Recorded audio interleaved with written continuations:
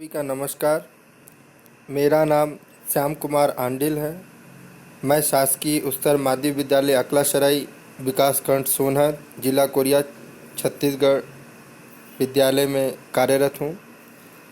तो सबसे पहले आप सभी को नमस्कार। आज का ये जो टॉपिक है वो हम कक्षा 11वीं के अकाउंट का जो मूल्यह्रास का सब्जेक्ट है उससे ले रहे हैं। तो चलिए, आप सभी का बहुत बहुत स्वागत है। आज की जो क्लास है वो मूल्यह्रास के टॉपिक पर है, जिसके बारे में आपसे हम चर्चा करते हैं। जैसा कि आप देख रहे हैं कि मूल्यह्रास दो शब्दों से मिलकर बना है। मूल्य धन ह्रास, जिसका अर्थ होता है मूल्यह्रास। अगर हम इसको अलग अलग भागों में तोड़ें तो मूल्य का अर्थ होता है कीमत, मूल्य या दाम, और ह्रास की अगर बात करें तो उसका अर्थ होता है कमी या घटना। अगर हम इसको सीधे शब्दों में जोड़ें तो जिसका अर्थ होता है कि किसी भी स्थायी संपत्ति के कीमत में होने वाली कमी ही मूल्यह्रास कहलाता है। इसका हम अर्थ समझते हैं। स्थायी संपत्तियों के व्यापार में निरंतर प्रयोग एवं अन्य किन्हीं कारणों से उसके मूल्य, मात्रा या गुणों में आने वाली निरंतर तथा स्थायी कमी को ह्रास कहते हैं। इस प्रकार संपत्तियों के निरंतर प्रयोग से उसकी उपयोगिता, कार्यक्षमता तथा मूल्य में स्थायी एवं निरंतर होने वाली कमी को मूल्यह्रास, अवक्षयण या घटौती कहते हैं। इसको एक उदाहरण से आप समझिए कि मान लीजिए कि आप किसी शोरूम से एक नई बाइक खरीदते हैं, जिसका कीमत होगा, मान के चलिए 80 से 85 हज़ार। तो जिस दिन हम ये बाइक खरीदते हैं, चूँकि बाइक एक हमारी स्थायी संपत्ति है और इसको हम खरीदते हैं तो वो हमारे लिए संपत्ति कहलाएगी। तो वर्तमान में उस बाइक का कीमत या दाम होगा, मान के चलिए 85 हज़ार। और यदि हम 2 साल लगातार उस बाइक का उपयोग करते हैं, उसको चलाते हैं, तो निश्चित ही रूप से उस बाइक का हम उपयोग करते हैं। तो आप लोगों से एक छोटा सा सवाल पूछना चाहूँगा। अब आप ये बताइए कि 2 साल चलाने के बाद क्या उस बाइक का कीमत 80 हज़ार होगा? बिल्कुल भी नहीं। आपका जवाब यही होगा कि 2 साल उपयोग करने के बाद उस बाइक का कीमत 80 हज़ार नहीं हो सकता। तो जो उस बाइक के मूल्य में जो कमी आई वही हमारा मूल्यह्रास कहलाता है। परिभाषा देखते हैं। Professor J.N. कार्टर के अनुसार एक संपत्ति के मूल्य में किसी भी कारण से होने वाली धीरे धीरे तथा स्थायी कमी को ह्रास कहते हैं। जैसा कि मैंने बताया उदाहरण के तौर पर कि अगर हम बाइक लिए और 2 साल हम धीरे धीरे उसका उपयोग किए तो उसमें जो कमी आई वो ह्रास कहलाता है। एक और प्रोफेसर विलियम पिकल्स के अनुसार परिभाषा को समझते हैं कि संपत्ति के गुण, परिणाम अथवा मूल्य में स्थायी व निरंतर होने वाली कमी को मूल्यह्रास कहते हैं। देखिए, यहाँ पर एक शब्द आया है निरंतर, जिसका सीधा सीधा अर्थ होता है ये चलने वाली प्रक्रिया। मतलब एक ऐसी प्रक्रिया जो ना रुके, वो निरंतर चलती रहे, तो वो ह्रास कहलाएगा हमारे स्थायी संपत्ति के आधार पर। आगे हम देखते हैं कि ह्रास के आयोजन का मुख्य उद्देश्य या आवश्यकता क्या था। मतलब ऐसा क्या था जिसके वजह से हमको मूल्यह्रास लगाने की आवश्यकता महसूस हुई। इसको आगे देखते हैं। ह्रास एक प्रकार का व्यय है।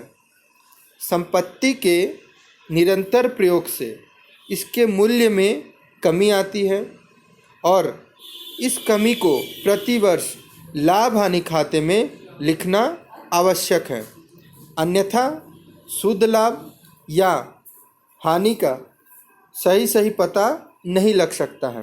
देखिए, इसका मतलब ये है कि ये जो ह्रास है वह एक प्रकार का व्यय है और ये निरंतर इसके प्रयोग से जो आने वाली जो उस संपत्ति का जो मूल्य है उसमें कमी होती है और उस कमी को हमको हमारा जो लाभ हानि का जो खाता बनता है उसके अंदर उसकी एंट्री करना आवश्यक है, जिसके कारण हमको पता लगता है कि उस वर्ष में हमको लाभ हुआ है या हानि।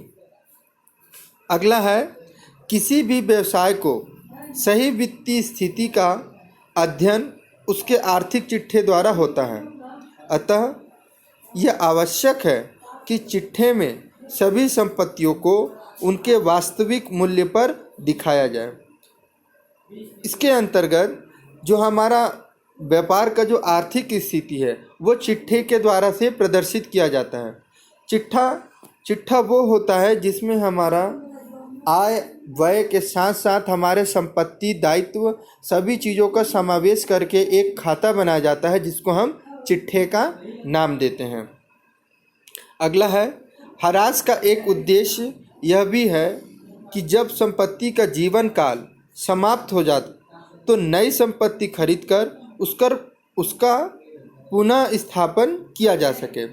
देखिए, आप भी जानते होंगे कि स्थायी संपत्ति चाहे जो भी हो, अगर हम निरंतर उसका उपयोग करते हैं तो एक समय ऐसा आता है जब वो संपत्ति अपना वजूद खो देता है, अर्थात वो संपत्ति का जीवन काल समाप्त हो जाता है।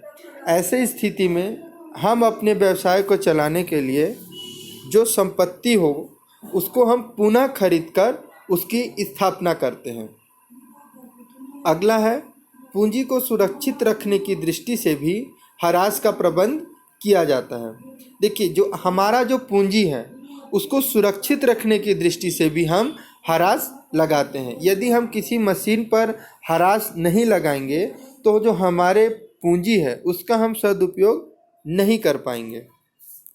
अगला देखते हैं, सही उत्पादन लागत ज्ञात करने के लिए समुचित ह्रास की व्यवस्था करना आवश्यक है।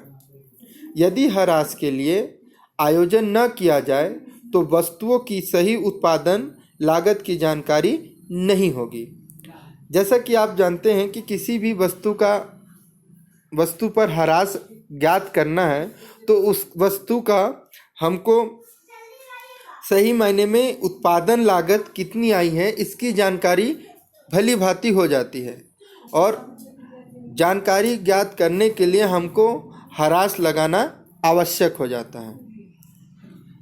अब आगे देखते हैं मूल्य ह्रास के लक्षण या विशेषताएं। तो इसमें सबसे पहला पॉइंट है कि निरंतर प्रक्रिया। जैसा कि मैं पिछले भी बता चुका हूँ निरंतर शब्द का अर्थ है कि मूल्य ह्रास एक निरंतर प्रक्रिया है जो संपत्ति के उपयोग आधार पर निर्धारित होती है। अर्थात हम जैसे जैसे संपत्ति का उपयोग करते जाते हैं वो ह्रास उस पर लगता जाता है। उदाहरण के तौर पर जैसे हम बाइक का उदाहरण ले रहे हैं, यदि हम बाइक 2 साल चलाएं तो 2 साल में जितना उसके मूल्य में कमी आई है उसका निर्धारण करेंगे। फिर आने वाले समय में जब हम 2 साल और उपयोग करेंगे तो फिर उसका ह्रास का निर्धारण किया जाएगा। इस प्रकार जैसे जैसे हम संपत्ति का उपयोग करते जाएंगे उस प्रकार उस पर ह्रास लगते जाएंगे। तो यह एक निरंतर मतलब लंबे समय तक चलने वाली प्रक्रिया है। दूसरा हमारा बिंदु है स्थायी कमी। ह्रास के कारण संपत्तियों के मूल्य में स्थायी कमी आ जाती है। देखिए, आप जब भी कोई स्थायी संपत्ति क्रय करेंगे तो जब उस पर ह्रास लगेगा, इसका मतलब जो उस समय जब हम वस्तु का क्रय किए हैं, हमारा संपत्ति का जब क्रय किया गया है तो उस समय उस संपत्ति की जो स्थायी जो कीमत होगी निश्चित ही रूप से ह्रास लगने के बाद उस वस्तु के मूल्य में कमी आएगी। अगला पॉइंट है एक व्यय। अन्य व्ययों के समान ही ह्रास एक व्यय है जो संपत्ति के प्रयोग पर निर्भर करता है। ये जो हम मूल्यह्रास किसी संपत्ति पर लगाते हैं, वास्तव में वह एक प्रकार का व्यय है जो हम संपत्ति के उपयोग के आधार पर लगाते हैं। हम जिस प्रकार संपत्ति का उपयोग करेंगे उसी प्रकार संपत्ति का ह्रास लगाते जाएंगे। अगला है पुस्तकीय मूल्य से संबंधित। ह्रास का संबंध संपत्ति के पुस्तकीय मूल्य से है, न कि विक्रय मूल्य से। इसका सीधा अर्थ यह है कि हम जब भी किसी संपत्ति पर ह्रास लगाते हैं तो हम उस वस्तु को जितने में खरीदे हैं उस पर हमको ह्रास लगाना होता है, न कि हम जितने में उस वस्तु को विक्रय करते हैं। अगला है संपत्ति के जीवन काल में। मूल्यह्रास का लेखा संपत्ति के जीवन काल में होता है, अर्थात हमारा जो ह्रास का जो गणना है वो संपत्ति के जीवन काल तक ही किया जाता है। यदि जो संपत्ति अपने जीवन काल में समाप्त हो जाता है तो फिर हम उस पर किसी भी प्रकार की ह्रास की गणना नहीं करते हैं। लास्ट पॉइंट है स्थायी संपत्ति से संबंधित।